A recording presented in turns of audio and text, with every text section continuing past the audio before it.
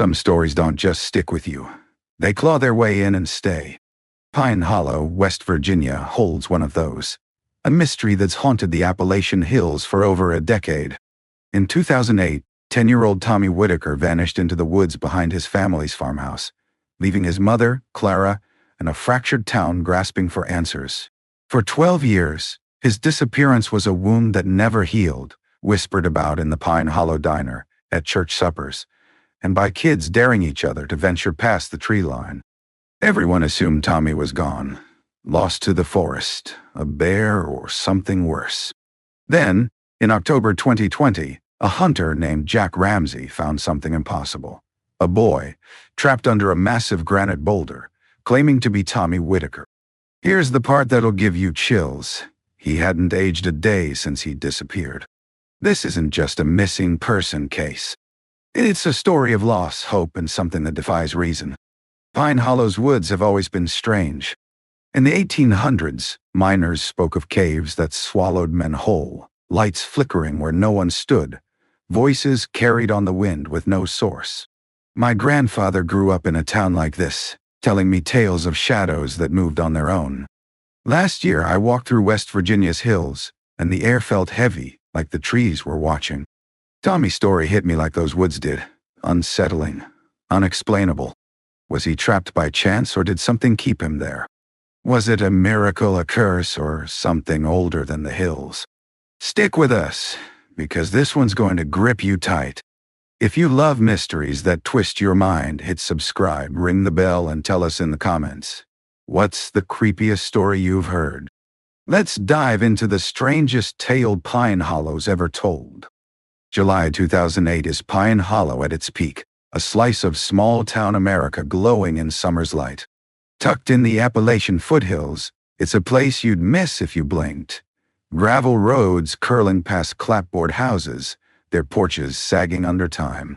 Kids pedal bikes to the general store, coins jingling for candy, while cicadas hum in the heat. The air's thick with fresh-cut grass, smoky barbecue and coal dust that lingers like a memory. The 4th of July is near, and the county fair's stirring. Carnival games with stuffed bears, cotton candy clinging to fingers, fireworks ready to spark the night sky. Families drag lawn chairs to the field. The high school band stumbles through Sweet Caroline, and the radio loops patriotic tunes. It's a summer that feels like it'll never end. But Pine Hollow's got a darker side. The woods behind town stretch deep. There are oaks and pines hiding old mining trails and caves that haven't seen light in decades. Folks grow up hearing stories. Miners lost in the 1920s, strange lights at midnight, whispers of something ancient in the hills. Most scoff, but they still warn kids to stay close. For Tommy Whitaker, those woods are a siren call. At 10, he's small, with chestnut hair falling into big brown eyes that see more than they should. Quiet, called an old soul by the diner's regulars, Tommy's not one for roughhousing or fishing. He's out back of the family's farmhouse, a creaky, peeling place, sketching birds in a worn notebook, its pages curled from constant use. Sparrows, cardinals, hawks come alive in his pencil strokes. He builds forts from twigs and moss, naming them Fort Eagle or Castle Pine, and sits under the trees, the wind rustling like it's telling secrets. Clara Whitaker, Tommy's mom, calls him her little explorer. At 35, she's got tired eyes, but a smile that lights up the Pine Hollow diner, where she works double shifts pouring coffee and flipping pancakes. A single mom since Tommy's dad, Mike, walked out. Clara's tough, born to a coal miner. She learned to keep going when life breaks you. Mike was a mechanic, all grease and temper, his fights with Clara shaking the house until he left for a trailer park 2 towns over. Clara never speaks ill of him, just says he's figuring things out. Her hands are calloused, but her laugh brings extra tips, and she makes everyone feel at home. She worries about Tommy, though, his dreamy nature, his lack of friends. "You're my everything," she tells him, ruffling his hair. "Don't go too far into those woods, okay?" Pine Hollow's search for Tommy Whitaker stretches into weeks, a desperate pulse that keeps the town awake. Clara Whitaker barely sleeps, her days a blur of searching, and her nights spent on the farmhouse porch, staring at the woods as if they'll give her son back. Her hands tremble as she pins up more missing posters. Tommy's face. Big brown eyes, crooked smile, staring from every telephone pole. The Pine Hollow Diner becomes a makeshift headquarters, its tables covered with maps and coffee cups, volunteers planning routes through the woods. Sheriff Daniels coordinates, his face lined with strain. He's seen lost kids before, but something about this case gnaws at him. The woods feel too quiet, too vast. He keeps Clara's hope alive with promises of new leads, but each one fizzles. A backpack found miles away isn't Tommy's. A hiker's sighting turns out to be a different boy. Mike, Tommy's dad, is a ghost of himself. He's back in Pine Hollow, crashing on a friend's couch, joining searches with a flask in his pocket. His fights with Clara were loud, but his guilt is louder. He wanted a son who'd toss a football, not sketch birds, and now he's haunted by every harsh word.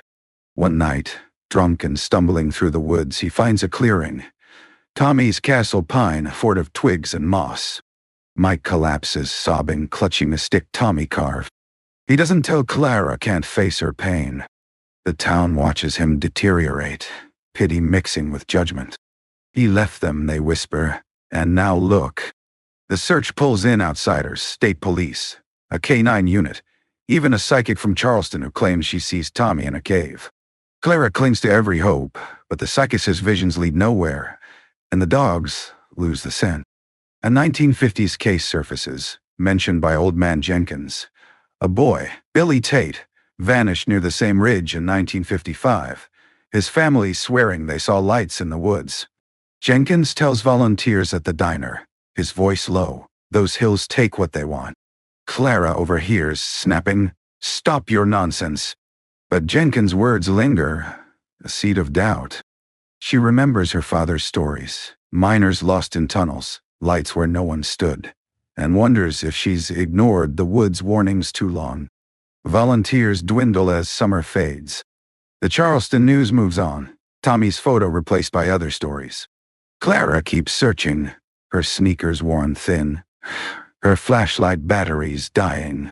She finds one of Tommy's sketches in the woods, a hawk half-finished, crumpled under a tree. She tucks it in her pocket, a piece of him she can still hold. The farmhouse feels empty, Tommy's room untouched. His bird drawings pinned to the walls, his blue quilt neatly made. Every night, Clara sits on the porch, whispering his name, willing the woods to answer. But they stay silent, their secrets locked tight. Pine Hollow tries to move on, but Tommy's absence is a shadow. Kids avoid the woods. Parents lock doors earlier. The diner's regulars talk less, their laughter forced. Jenkins keeps spinning his tales, now adding Tommy to the list of taken souls. A preacher at the Baptist church calls for prayers, saying Tommy's in God's hands. But Clara stops attending, unable to hear it. She blames herself. Why didn't she listen when he talked about that cave? Why didn't she keep him closer? Her guilt mirrors Mike's, but where he drowns in whiskey, she drowns in hope, however thin. By late August, the official search scales back. Daniels tells Clara they've done all they can, his voice heavy. "We'll keep looking," he promises, but it's hollow. Clara doesn't stop. She hikes deeper into the woods, calling Tommy's name until her throat's raw. One evening, she finds a strange mark on a tree, a jagged symbol carved fresh, like a warning. She runs her fingers over it, heart pounding. But there's no sign of Tommy. She doesn't tell anyone, afraid they'll think she's losing it. The woods feel different now, not just silent but watchful, like they're waiting for her to give up. She won't. For 12 years, Pine Hollow carries Tommy's ghost. Clara stays in the farmhouse, its walls sagging, Tommy's room a shrine. Mike drifts away, unable to face the town's pity. The missing posters fade, curling in the rain, but Clara replaces them, her hands steadier now, her resolve iron. She works at the diner, smiles for customers, but her eyes always drift to the woods. The town moves on, but not her. Tommy's out there, she knows it, and she'll wait as long as it takes. The years after Tommy Whitaker's disappearance harden Pine Hollow, but they break Clara Whitaker in ways no one sees. She keeps the farmhouse running, patching the roof with money she doesn't have, working triples at the Pine Hollow Diner until her legs ache. Her smile's still warm, but her eyes are distant, always searching the tree line for a boy who never comes. She visits Sheriff Daniels monthly, asking for updates, clutching Tommy's hawk sketch like a lifeline. Daniels, graying now, has nothing new, just old leads that went cold. He admires her strength but fears she's chasing a ghost. Clara doesn't care. She's found more marks in the woods, jagged symbols on trees, fresh every few months, like someone's watching. She keeps them secret even from Daniels, afraid they'll lock her away for seeing things. But they're real, and they pull her back to the woods, night after night. Pine Hollow's legends grow darker with Tommy's absence. Kids tell stories of a lost boy haunting the woods, his eyes glowing in the dark. Old Man Jenkins fuels it, claiming the hills have always taken souls. Tommy, Billy Tate in 1955, miners before them. He shows Clara a yellowed newspaper clipping at the diner. Boy 12 vanishes near Ridge, with a grainy photo of Billy, eerily like Tommy. Clara pushes it away, but Jenkins' words stick. The woods don't give back what they take. She hates him for it, but part of her wonders if he's right. The town's pity weighs heavy. Casseroles left on her porch, whispers at the grocery store. Clara ignores them, her focus on Tommy, on the woods, on the symbols that haunt her dreams. By 2020, Pine Hollow's faded. The diner's booths are cracked, the general store's shelves half empty. Clara's still there, older now, her hair streaked gray, but her resolve unbroken. Tommy's room stays untouched, a museum of a lost boy, his sketches yellowing, his quilt gathering dust. Mike's long gone, chasing whiskey in another county, his guilt a wound he can't face. The woods remain, silent and unyielding, their secrets buried deep. Clara walks their trails alone, calling Tommy's name, her flashlight weaker but her hope still burning. October 2020 brings a chill to Pine Hollow, the kind that seeps into your bones. The town's quieter now, its heart slowed by time. Clara's still at the farmhouse, still at the diner, still staring at the woods. The missing posters are gone, weathered away, but Tommy's story lingers, a cautionary tale for kids. Enter Jack Ramsey, a 52-year-old hunter who moved to Pine Hollow a year ago. No, Godson. He's a loner, living in a one-room cabin cluttered with hunting gear and coffee cans. Jack's face is weathered, his graying hair cropped short, his eyes sharp from years of seeing what others miss. He grew up in foster homes across Ohio, learning to survive on instinct.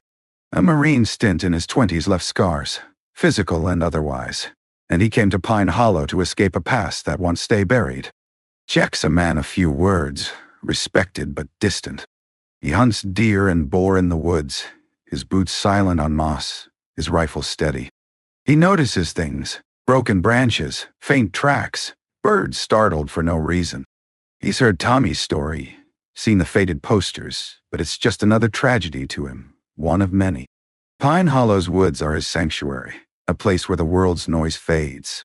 He knows every ridge, every hollow, or so he thinks. On October 15th, Jack's up before dawn, breath fogging in the crisp air. He slings his rifle, grabs a thermos of coffee, and heads out, following a deer trail miles from town. The forest is bare, leaves carpeting the ground in rust and gold, the air sharp with pine and earth. He's deep in the woods, deeper than most go when he sees it. A massive granite boulder at the base of a ridge, half buried, its surface slick with moss. It looks wrong, out of place, like it doesn't belong. Jack's hunted here for months, but this rock feels new. His pulse quickens. The ground around it is disturbed. Scuffed dirt, broken ferns, like something's been here recently. He circles it, spotting a narrow gap underneath, barely wide enough for a man. His gut twists. He's heard Jenkins' stories. Cursed woods, lost miners, lights in the hills. He shakes it off, but his flashlight hand tightens. He crouches, the beam catching a scrap of blue fabric snagged on a jagged edge. A kid's jacket, faded but real. His heart skips. This isn't right. Jack Ramsey's seen his share of trouble. Foster homes where fists flew, marine missions where friends didn't come back. But nothing prepares him for the unease gripping him now. That boulder, massive and moss-covered, sits like a stranger in Pine Hollow's woods, its narrow crevice hiding a scrap of blue fabric that shouldn't be there. Jack's instinct screamed to walk away. He remembers old man Jenkins at the diner, his gravelly voice spinning tales of caves that swallowed miners, lights flickering in the hills, things that didn't belong. Jack's not superstitious, but the air's heavy, like a storm's brewing with no clouds. He thinks of a night in Iraq, a shadow moving where no one should have been, and shakes it off. That blue fabric, maybe a kid's jacket, pulls him closer. He can't leave it, not yet. Jack's past taught him to trust his gut. Growing up, he'd hide in alleys to escape foster parents' fights, learning to read danger in a glance. The Marines honed that, but left him with nightmares. Sand, blood, a buddy's scream cut short. He came to Pine Hollow to outrun those ghosts, to lose himself in the woods' silence. Now, crouching by the boulder, he feels them creeping back. The crevice is tight, the rock cold against his palms. He hesitates, his flashlight beam shaking. Jenkins' stories echo. Miners lost in 1890, a boy named Billy Tate in 1955, Tommy Whitaker in 28. Jack seen Tommy's posters faded on lampposts, but never thought much of it. Just another sad story. Until now. He takes a breath, wedges his broad shoulders into the gap and crawls. The air's thick, smelling of damp stone and something older, like decay that's forgotten its name. His flashlight cuts through the dark, revealing a small chamber no bigger than a shed, its walls rough and cold. He sweeps the beam, and his heart stops. In the corner, curled like a frightened animal, is a boy, thin, pale, with matted hair and clothes hanging off him like rags. His eyes, big and brown, lock onto Jack's, wild with fear. "Don't hurt me," the boy whispers, his voice hoarse, barely human. Jack freezes, his breath catching. "I ain't gonna hurt you, kid," he says, his Marine calm kicking in. "What's your name?" The boy hesitates, lips trembling. "Tommy," he croaks. Jack's stomach drops. Tommy Whitaker's been gone 12 years. He'd be 22, not this scrawny kid who looks 10. But those eyes, they match the posters, the ones Clara Whitaker still staples up. Jack's mind races, but he keeps steady. "Stay put, Tommy. I'm getting help." The boy nods, shivering, clutching his knees. Jack scrambles out, scraping his shoulders, and sprints for Pine Hollow, branches tearing at his jacket. The woods blur, his boots pounding, but that name, Tommy, burns in his head. He bursts into the sheriff's office, startling Sheriff Daniels, now grayer but still gruff. "Found a kid," Jack gasps. "Under a rock," says he's Tommy. Daniel's eyes narrow. He's heard every lead about Tommy Hux's false hopes, but Jack's urgency, his steady voice, makes him pause. "Show me," Daniel says, grabbing his radio. Within an hour, the ridge is alive with deputies, paramedics, volunteers. They bring crowbars, flashlights, a bulldozer from the county. The boulder looms, its moss almost glowing in the dusk. The crevice is too tight for most, but they pry it wider. Metal grinding stone. A paramedic crawls in, guided by Jack, and finds the boy, still curled up. They wrap him in a blanket, his frame trembling, and pull him out. The crowd gasps. She's pale, barely alive, but breathing. Word spreads fast. A boy's been found, maybe Tommy Whitaker. Clara's at the diner when Daniels calls. "Get to the hospital," he says, voice tight. She drops a coffee pot, glass shattering, and runs, apron still on. The drive to Charleston General is a blur, her hands shaking. She's prayed for this for 12 years, but hope's a fragile thing. Jack stays at the ridge watching the boulder, his gut still twisting. He snapped a photo in the cave, right before crawling out. A faint glow in the corner, not his flashlight. He doesn't look at it, not yet. The woods feel alive, watching, and Jack wonders what he's just set free. The rescue at the boulder is chaos wrapped in hope. Pine Hollow's deputies and volunteers work under floodlights, their breath fogging in the October chill. The granite rock, massive and unyielding, resists their crowbars, its crevice barely widened. Sheriff Daniels barks orders, his voice strained. He's seen searches fail, but this feels different. The paramedics, led by a young woman named Ellie, crawl into the chamber, guided by Jack Ramsey's directions. They find the boy, Tommy, he said, curled tight, his skin clammy, his pulse faint. Ellie wraps him in a thermal blanket, her hands steady despite the shock. He's alive, she calls, and the crowd exhales. They pull him out, his thin frame limp, his eyes half open, blinking at the light. Volunteers whisper, "It's Tommy Whitaker," but doubt lingers. How could it be, after 12 years? Clara Whitaker's on her way to Charleston General, her old pickup rattling down the highway. She's gripping the wheel, praying, her mind flashing to Tommy's last day, his excited talk of a cave, his backpack bouncing as he ran to the woods. She blames herself, always has. Why didn't she stop him? The hospital's a maze of white walls and beeping machines, but nurses rush her to a room where a frail boy lies, hooked to monitors. Clara's knees buckle. It's him, her Tommy. Same messy hair, same big eyes, now clouded, distant. She collapses beside him, sobbing, "My baby, my baby." The boy looks confused, his voice weak, but he lets her hold him. Nurses try to calm her. He's dehydrated, malnourished, but stable. Clara doesn't hear. She's got her son back and nothing else matters. Charleston General becomes Pine Hollow's epicenter, a place where miracles and mysteries collide. Tommy Whitaker, confirmed by fingerprints from a 2008 school project, lies in a hospital bed, his small frame dwarfed by the gown. Clara stays glued to his side, her eyes red but smiling, stroking his hand. She doesn't see the impossibility yet. Tommy hasn't aged.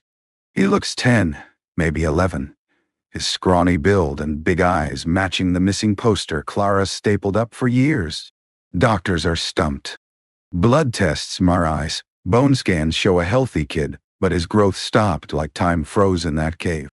It's unprecedented, a specialist mutters, scribbling notes. Clara doesn't care about the science. She reads Tommy bedtime stories, her voice soft, trying to pull him back to her world. But Tommy's gaze drifts to the ceiling, like he's hearing something no one else can. Sheriff Daniels visits, notepad ready, piecing together Tommy's story. It's fragmented, delivered in hoarse whispers. He says he crawled into the crevice in 2008, chasing Jenkins and tale of a secret cave. The boulder shifted, trapping him. He screamed for days, throat raw. But no one came. Rainwater seeped through cracks, enough to survive. He ate bugs, roots, scraps of moss when hunger clawed. His mind, he says, went away sometimes, like dreaming awake. Daniels nods, but he's troubled. How does a kid live 12 years like that? Why no aging? He asks about the whispers Tommy mentioned, but the boy shuts down, twisting the blanket. They just talked, he mumbles, eyes on the window. Pine Hollow's alive with the news. The diner's packed, locals swapping theories over coffee. Some call it a miracle, God's work. Others, like Jenkins, mutter about curses. A journalist, Sarah Miles, arrives from Charleston, young and sharp, her recorder always on. She interviews Clara, who's too overwhelmed to say much, and Daniels, who's cagey. Sarah digs deeper, talking to locals about the boulder. A geologist tells her it's not native. Its makeup matches rocks hundreds of miles away. It's like it was dropped there, he says. Sarah's article, "The Boy Under the Rock," hits the papers, pulling news vans to Pine Hollow. The town's split, half thrilled, half uneasy under the spotlight. Tommy's not easing the tension. He's quiet, but when he speaks, it's strange. He asks Clara about birds he saw yesterday, naming species gone from Pine Hollow since 2008. He draws in his old notebook, pulled from the cave. Trees, shadows, a faceless figure under a tree. "He kept me safe," Tommy says, showing Clara. Her smile falters. But she tucks the sketch away, blaming trauma. The doctors agree, saying his mind's coping with isolation. But Clara notices Tommy staring at shadows like he's waiting. She locks his window at night, her heart uneasy. Charleston General becomes Pine Hollow's epicenter, a place where miracles and mysteries collide. Tommy Whitaker, confirmed by fingerprints from a 2008 school project, lies in a hospital bed, his small frame dwarfed by the gown. Clara stays glued to his side, her eyes red but smiling, stroking his hand. She doesn't see the impossibility yet. Tommy hasn't aged. He looks 10, maybe 11, his scrawny build and big eyes matching the missing poster Clara stapled up for years. Doctors are stumped. Blood tests, MRIs, bone scans show a healthy kid, but his growth stopped like time froze in that cave. It's unprecedented, a specialist mutters, scribbling notes. Claire doesn't care about the science. She reads Tommy bedtime stories, her voice soft, trying to pull him back to her world. But Tommy's gaze drifts to the ceiling, like he's hearing something no one else can. Sheriff Daniels visits, notepad ready, piecing together Tommy's story. It's fragmented, delivered in hoarse whispers. He says he crawled into the crevice in 2008, chasing Jenkins' tale of a secret cave. The boulder shifted, trapping him. He screamed for days, throat raw, but no one came. Rainwater seeped through cracks, enough to survive. He ate bugs, roots, scraps of moss when hunger clawed. His mind, he says, went away sometimes, like dreaming awake. Daniels nods, but he's troubled. How does a kid live 12 years like that? Why no aging? He asks about the whispers Tommy mentioned, but the boy shuts down, twisting the blanket. They just talked, he mumbles, eyes on the window. Pine Hollow's alive with the news. The diner's packed, locals swapping theories over coffee. Some call it a miracle, God's work. Others, like Jenkins, mutter about curses. A journalist, Sarah Miles, arrives from Charleston, young and sharp, her recorder always on. She interviews Clara, who's too overwhelmed to say much, and Daniels, who's cagey. Sarah digs deeper, talking to locals about the boulder. A geologist tells her it's not native. Its makeup matches rocks hundreds of miles away. It's like it was dropped there, he says. Sarah's article, The Boy Under the Rock, hits the papers, pulling news vans to Pine Hollow. The town's split, half thrilled, half uneasy under the spotlight. Tommy's not easing the tension. He's quiet, but when he speaks, it's strange. He asks Clara about birds he saw yesterday, naming species gone from Pine Hollow since 28. He draws in his old notebook, pulled from the cave. Trees, shadows, a faceless figure under a tree. He kept me safe, Tommy says, showing Clara. Her smile falters, but she tucks the sketch away, blaming trauma. The doctors agree, saying his mind's coping with isolation. But Clara notices Tommy staring at shadows like he's waiting. She locks his window at night, her heart uneasy. Pine Hollow's grappling with Tommy Whitaker miracle, a town caught between awe and dread. At Charleston General, Tommy's hospital room is a quiet battleground where Clara Whitaker clings to her son, oblivious to the mystery of his unaged face. Tommy, still pale and frail, spends hours sketching in his notebook, trees with twisted branches, glowing shapes, and that faceless figure, always under a tree. Clara finds more drawings hidden under his pillow, some with symbols like the ones she saw carved in the woods years ago. They helped me, Tommy says one night, his voice barely audible, pointing at a sketch. Clara's smile cracks, but she nods, tucking the notebook away.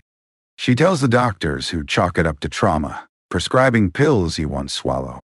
But Clara is starting to doubt. His eyes, once warm, now hold something older, something that watches her back. Sheriff Daniels keeps probing, his visits more frequent. He sits by Tommy's bed, asking gentle questions. What did the whispers say, son? Tommy stares at the ceiling, his fingers twitching. They said I'd be safe if I stayed, he whispers, then stops, like he's said too much. Daniels scribbles it down, his gut telling him this isn't just a kid's imagination. He digs into old files, finding more than Billy Tate's 1955 disappearance. A 1930s journal from a miner mentions voices in the ridge, workers refusing to dig after finding a stone that hummed. Daniels visits the boulder again, now cordoned off, its surface too smooth, like it's been polished by time. He runs his hand over it, feeling a faint vibration, but tells himself it's nothing. Still, he can't shake the feeling Tommy brought something back. Sarah Miles, the journalist, is all in.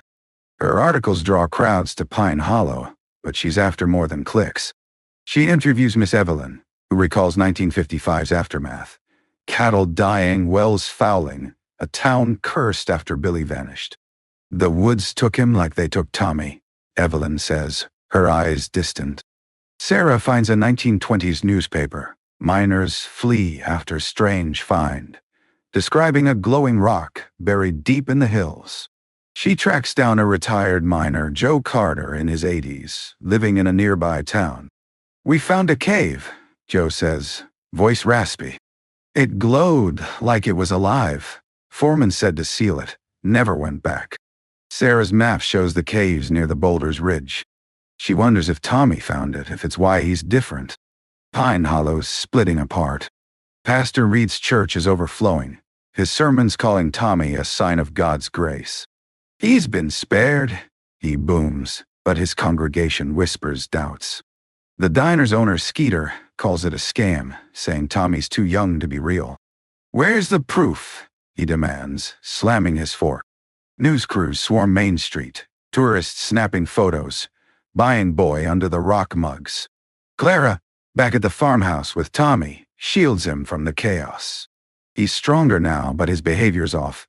He talks about yesterday like it's 2008, naming birds long gone from Pine Hollow. His nightmares wake Clara, his screams about whispers echoing. She finds him one night, standing by the window, staring at the woods, muttering words that sound like a chant. Clara's fear grows. She finds a sketch under Tommy's bed, a map, jagged lines leading to the ridge, marked with the faceless figure. Her heart pounds. She remembers the tree carvings, the symbols she kept secret. Are they connected? She shows the sketch to Daniels, who frowns but says nothing, taking it for analysis. The doctors push for more tests, but Clara refuses. They're not helping, just poking. Tommy's therapist, Dr. Lynn, says he's dissociating, his mind stuck in trauma. But Dr. Lynn notices Tommy's drawings too, symbols she can't place, like something ancient. She keeps a copy, her own unease rising. The town's changing. Ghost hunters set up cameras near the boulder, posting blurry videos of orbs. Tourists claim they hear whispers in the woods, boosting diner sales but spooking locals. Jenkins at the diner tells Sarah about a miner who returned in 1922, not right, babbling about keepers in the caves. "Tommy's the same," he says. Sarah's article goes national, hinting at a supernatural force. Clara, holding Tommy as he whispers to the dark, feels the truth slipping. She locks every door, but his eyes, Tommy's, yet not, seem to see through her, into something vast and cold. Pine Hollow's no longer the quiet town it was. The boulder where Tommy Whitaker was found, massive, moss-covered, out of place, sits under yellow tape, a magnet for tourists and scientists. University researchers from Morgantown swarm it, their gadgets buzzing, but the rock gives nothing, just granite, cold and stubborn. The town feels off, like a stranger's moved in. Tourists flood the Pine Hollow diner, buying boy under the rock t-shirts, snapping photos of the woods. Locals are torn. Some cash in, others see omens. Old man Jenkins at the diner warns of hills waking up, his voice low. "Something's awake," he says, eyeing the tree line. Most scoff, but a few nod, recalling miners' tales. Lights in the dark, voices gone silent. Clara Whitaker wants to flee the circus, but Tommy's still weak, under observation at home. She's back in the farmhouse, its walls sagging. Tommy's room a shrine of sketches, birds, now joined by twisted trees, glowing figures. She finds a new drawing, a map, jagged lines to the ridge, marked with the faceless figure. Her blood runs cold. "Who's this, Tommy?" she asks. He whispers, "It kept me there." Clara's nightmares growl. Tommy in the cave, surrounded by shadows that speak. He's quieter, his eyes fixed on the woods, whispering words she can't catch. She locks his room at night, telling herself it's trauma, but his gaze feels foreign, like he's not alone in his skin. Jack Ramsey, the hunter who found Tommy, is a hero to Pine Hollow, but he's hiding. He's in his cabin dodging news crews, haunted by that photo from the cave. A glow, soft and unnatural. Not his flashlight. It's a shape, almost human, watching. Jack's seen war, but this is worse. He hasn't hunted since stays on his porch, staring at the ridge. He thinks of telling Sheriff Daniels, but what's to say? A ghost. He keeps the photo locked in his phone, his hands shaking, wondering what he let loose. A town meeting at the community center explodes. Farmers want the boulder destroyed, blaming it for bad crops, sick livestock. Skeeter, the diner owner, sees tourism gold, pitching a mystery rock festival. Jenkins stands, voice quaking. The old things are awake. Daniels calms the crowd, but he's worried. He's seen Tommy's map sketch, its symbols matching Clara's old tree carvings. He calls Sarah Miles, the journalist, who's digging deeper. She's found a 1880s mining record, a glowing stone sealed after workers vanished, tracks leading to the ridge. "It's the boulder," she tells Daniels, her voice tense. Sarah's obsessed, her articles drawing ghost hunters and crackpots. She meets Joe Carter, a retired miner in Hyzades. "We sealed a cave in '60, he says, eyes distant. It sang, glowed. Something lived there. The cave's near the boulder." Sarah sketches the site, noting odd marks, new symbols, like Tommy's drawings. She wonders if he found that cave, if it changed him. Clara, meanwhile, finds Tommy's notebook filled with sketches, the faceless figure, now with glowing eyes, symbols circling a cave. She shows it to Daniels, who shares it with Sarah. "It's a map," Sarah says, "to something old." The town's unraveling. Pastor Reed's sermons turn dark, warning of demons. Skeeter reports strange noises near his diner, whispers, like laughter. Tourists claim shadows move in the woods, their photos blurred with orbs. Clara catches Tommy at the window, chanting softly, his eyes locked on the wood's glow. She pulls him away, heart pounding, but he resists, whispering, "They're coming back." She locks every door, but the farmhouse feels alive, creaking, watching. Jack, driven by his photo, hikes to the boulder at midnight. The air hums, a vibration underfoot. He sees a glow, faint, pulsing, alive. Then it's gone. He runs, the woods closing in. Sarah's national story breaks the story, hinting at a force older than Pine Hollow. The boulder's cordoned off, but scientists find nothing. Just rock, just earth. Yet Clara senses it, watching Tommy's eyes, knowing he's not just hers anymore. The woods are waiting, patient, their secrets deeper than any cave, and Tommy's the key to something no one's ready for. Pine Hollow's caught in a fever, the boulder at its heart now a wound that won't close. Clara Whitaker's farmhouse feels like a trap. Tommy's room a gallery of nightmares. His sketches sprawl across the walls, maps and figures that don't belong to a boy. The faceless shape, glowing, haunts every page, its eyes sharper now, circled by symbols Clara's seen in the woods. She finds Tommy drawing at dawn, his pencil frantic, muttering, "They're almost here." His voice isn't his, deeper, like it's channeling something. Clara snatches the notebook, her hands shaking, but Tommy's calm, his gaze fixed on the woods. "They kept me safe," he says. "They're waiting." Clara's fear chokes her. She burns the sketch, but Tommy doesn't react. He's already somewhere else, his eyes locked with the shadows. Jack Ramsey's cabin is his prison. The photo from the cave, its glowing shape, burns in his mind. He's deleted it twice, but it reappears on his phone, clearer each time like it's alive. He stopped sleeping, his porch light buzzing, the ridge looming in the dark. He visits Joe Carter, the retired miner, desperate for answers. Joe's frail, eyes cloudy, but he nods. The cave we sealed in 45, it moved, sang, like it breathed. Tommy found it. Joe pulls a box from under his bed, revealing a stone fragment, smooth, faintly glowing. "Took this before we closed it," he says. "It's theirs." Jack touches it, feels a hum, and drops it, his scars tingling. "Get rid of it," he says, but Joe shakes his head. "They'll find you anyway," Joe says, shaking his head. Jack leaves. The boulders glow in his dreams. The town meeting's a breaking point. Residents scream over each other, destroy the boulder, embrace the tourists, pray it away. Pastor Reed calls it Satan's work, his voice cracking. Skeeter pushes for a festival, dollar signs in his eyes. Jenkins, frail but fierce, shouts about keepers of the hills waking up, his warnings drowned by shouts. Sheriff Daniels quiets the room, but he's shaken. He's found more symbols near the boulder, like Tommy's map got taught.